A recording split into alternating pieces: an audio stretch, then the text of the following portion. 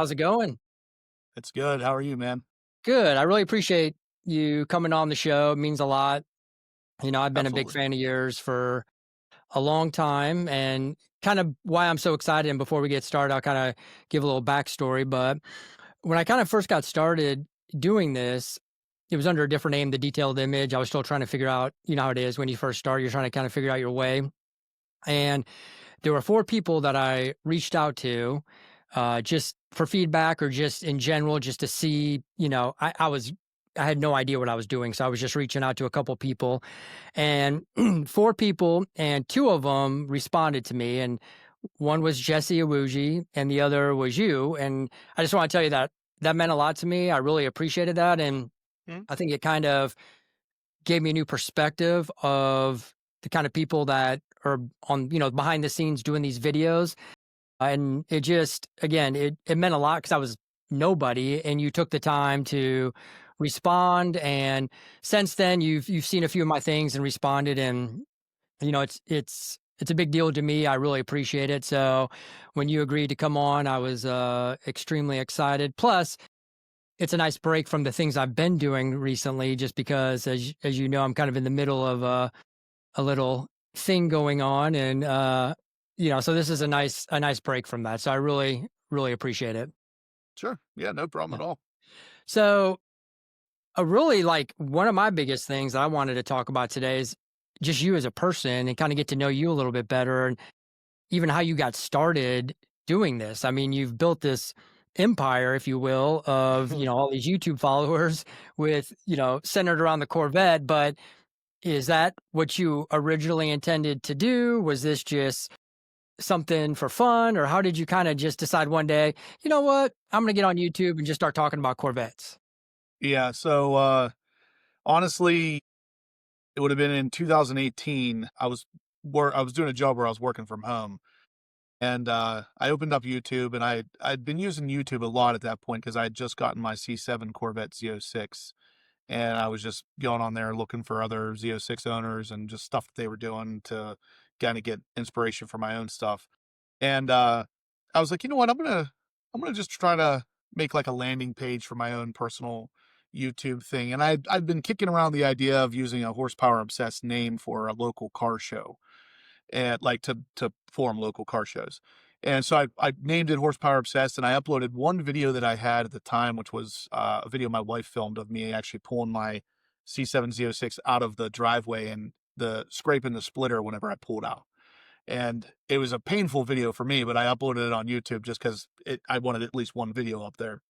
And surprisingly, it actually started to get like some views, like people were actually looking at it. And I was like, boy, that's weird to know that other people are looking at my video that I just put up here as like a placeholder, basically. And then I uploaded another video of just like random stuff, and then another video of random things that I had just laying around. And they all were getting like, nothing crazy, like 3 to 10 views. But even then, it was like 10 people saw this video that I didn't really even film specifically for YouTube, but it just worked. And then I was like, you know what? I'm gonna just film a video and see what happens, like an actual video of like a walk around in my C7Z06 and talk about the mods and stuff that I've done to it, just see what happens. And I did, and it got like, 50 to 100 views. And I was like, okay, this could be something. So I took it and immediately I uploaded it to the Corvette forum that I was frequent on. And I said, you know, give me your feedback. Let me know, how does this, does this work for you as a Corvette guy? What could I change? Don't beat me up, but like constructive criticism is welcomed. And you can actually still see this video on my channel, by the way. One of the guys comments back and says, "You're obviously very passionate about the Corvettes." He's like, "Let that shine through," because my very first video, I was super monotone. I wasn't excited about anything. And if you go back and watch the video now, you'll know what I'm talking about. And he said, "Yeah, just let it shine through." He's like, "Otherwise, it's pretty good." So that was actually pretty good feedback for me, and I felt good about that. So I was like, "All right, I'm going to keep going with this." And from there, it's just snowballed. Honestly, the big turning point for me is probably whenever I traded my C7 Z06 for a C7 ZR1. That day, I think it kind of registered in my head that, okay, this is legit, because that's also whenever I got my very first sponsorship. And I was like, this could turn into something. And then March of 2020, my job that I was working at that was allowing me to work from home. And if you remember, March of 2020 is right in the middle of COVID. This is when they wanted me to start coming in 3 days a week instead of staying at home all the time. And I knew that was going to stop me from being able to do YouTube. At the time, me and my wife had just gotten a new puppy. So I wasn't going to be able to leave him at home for 9, 10 hours a day while I was at work. So I had to make a choice. Either I was quitting YouTube or I was quitting my job. And I only had like 35, 38,000 subs at the time. It was way too early for me to quit my job, at least in my own head. But I did. And it's been just building since. So that's kind of where, I mean, I didn't start YouTube as a way of, having an alternative kind of job, but Right. that's what it turned into. Yeah, it's amazing that the courage that you had to have do that, because I'm sure your wife was like, "Justin, are you sure this is like even a real thing?" I mean, I had maybe 8 months into a payment on a $150,000 car. Up until that car, the most expensive car I ever owned was 60,000. So Right. a huge jump in that. I'm cutting out a good chunk of my income for the hope that YouTube will fill in the gaps. So yeah, it was super iffy territory, but it was something in my mind that kind of had to be done because at the time I was still making more money on YouTube than I was even at my actual jobs. It Wow. didn't make sense to cut YouTube out. It made sense to Right. cut the job out. But again, YouTube could disappear tomorrow. So it's like that's something else that's in the back of your head the whole time is like, is this even going to last? Right. Right. It's it takes a lot. I mean, you've been doing it for a while. I'm just new to the game to an extent, and it's hard. It's not easy. I mean, it's people don't realize people think you just set up a camera, start talking, and that's it. It's not. It takes a while to get used to just talking to a camera by yourself in a room because you're like, am I losing my mind? Is anybody even watching this? So it took me a while to get used to. And one thing that, and we'll go into more of this about some of your installs. And one thing I love is your install videos. People don't realize how hard those are to film. I mean, I do some install videos and, I'll watch some of the stuff you do and then do it myself. And I'm in the garage. First of all, I'm in Texas, so it's 150 degrees in Right. my, garage. I finally bought an AC, a portable AC, because I couldn't take it anymore. But just bending down in your car, like I installed the solar body, the throttle controller, just getting down in there and trying to do that and film it at the same time. People don't realize it's an art. I mean, it takes like it's hard. It's not easy. And sometimes I feel like, and maybe you can relate, like people don't really appreciate like how 100%. hard some of this stuff is. Yeah. The Seawolf Gray Z06 that I have now, whenever I first told anybody that I bought that, I told one person. And then within an hour, I had 3 or 4 of my sponsors reaching out to me saying, "Hey, did you get a new car? Did you get a new car?" And I was like, "Yeah, I got a new car." And they were like, "Oh, I'm going to send you this. I'm going to send you that." And before I knew it, I had a stack. I mean, this is first world problems. I don't want this to come across any other way, but I had a stack of parts literally to my ceiling in my garage, and I had to get them all installed. And I'm looking at these parts one day with a friend of mine. I'm like, I could go ahead and start installing these and be done in 4 or 5 hours. But the problem with doing that is I can't. I'm not filming it. If I film them, each one of those installs is a day long. Right. So it's And like it's way longer to film. It takes way more creativity because you got it. You can't just set up a camera and go at it. You have to show the things that people need to see. You have to talk about what's difficult. You have to talk about what's easy. You have to talk about the quality of the product, how how you're going to use it, how you feel about it afterwards, all of these things. And yeah, again, first world problems. But at the end of the day, these are things that people don't see. These are the behind the scenes. All you're seeing is the final video that looks like I just set up a camera and threw a part on my car.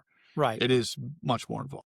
Right. And it's, I my approach is because of my situation with how hot it is in the garage. I like to film like in this setting, talk about the product, talk about the part, then go do the install because it it's just a lot out there and it's a lot to do. And, you know, another thing, and I'm not everything you order is great.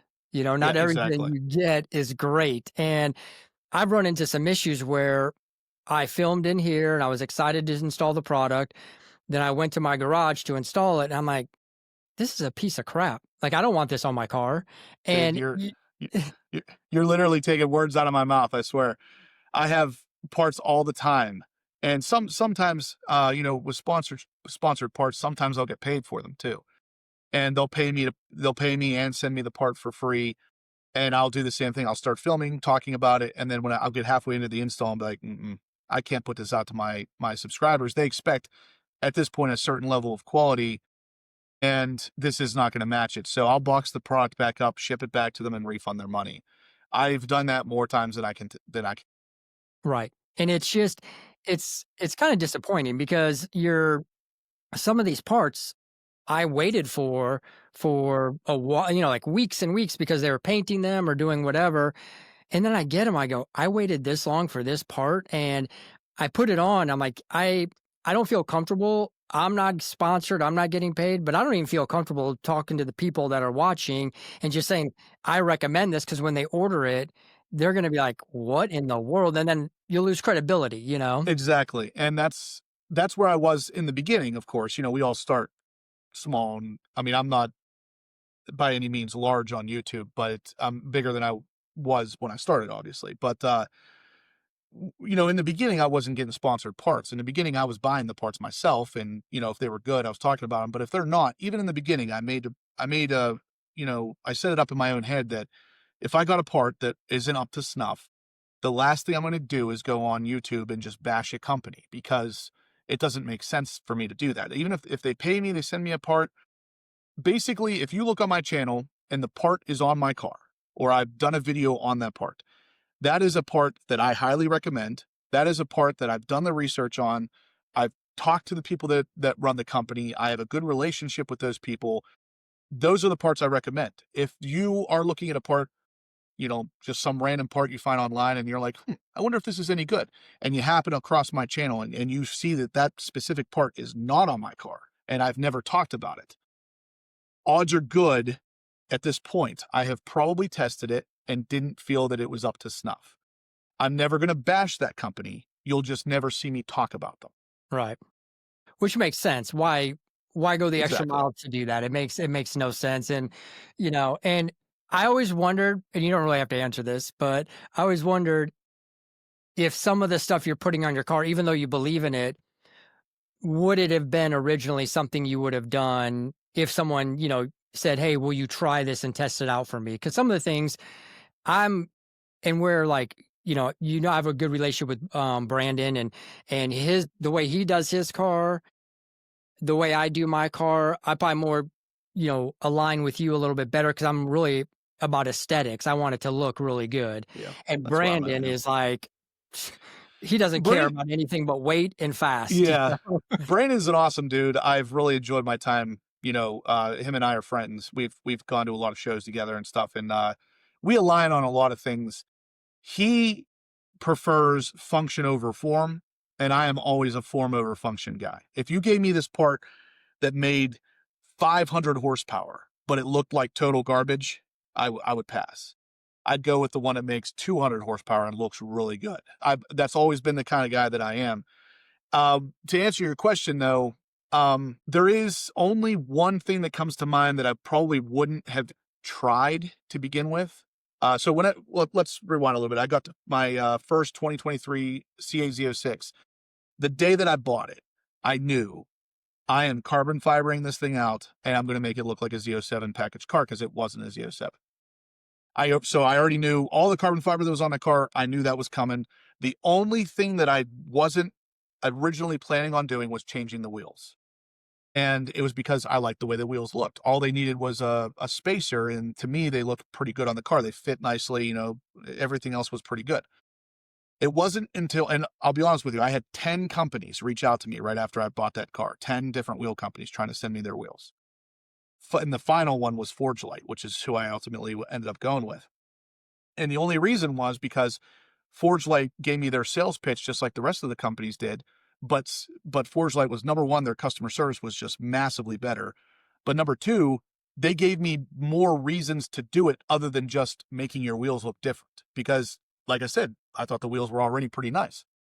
And he said, you can drop weight off these wheels. He's like, the offsets will fit perfectly. They'll be perfectly flush without the use of spacers. And I was like, all right, let's try these things. So he sent me a set that at the time they were 16 pounds lighter than the forged aluminum wheels that were on the car. And they sat in the box for probably 2.5 months because I was just like, I was in no rush because I liked the wheels that were on there. And eventually it got to the point where I knew I had to do something with it. So I mounted them up to the car. And even while the car was in the air, I was like, man, I don't know if I like these. But as soon as I dropped the car down on my quick jacks, as soon as the tires hit the ground, I was like, why did I wait for this? Why did I wait? They looked massively better than stock. And I was like, I was completely sold on them at that point. But that's probably it, to be honest with you. Everything else I've done to the car, I've always been a modder. Like I've always liked modding my cars, making them mine. Every car I've ever owned up to this point has had my spin on it.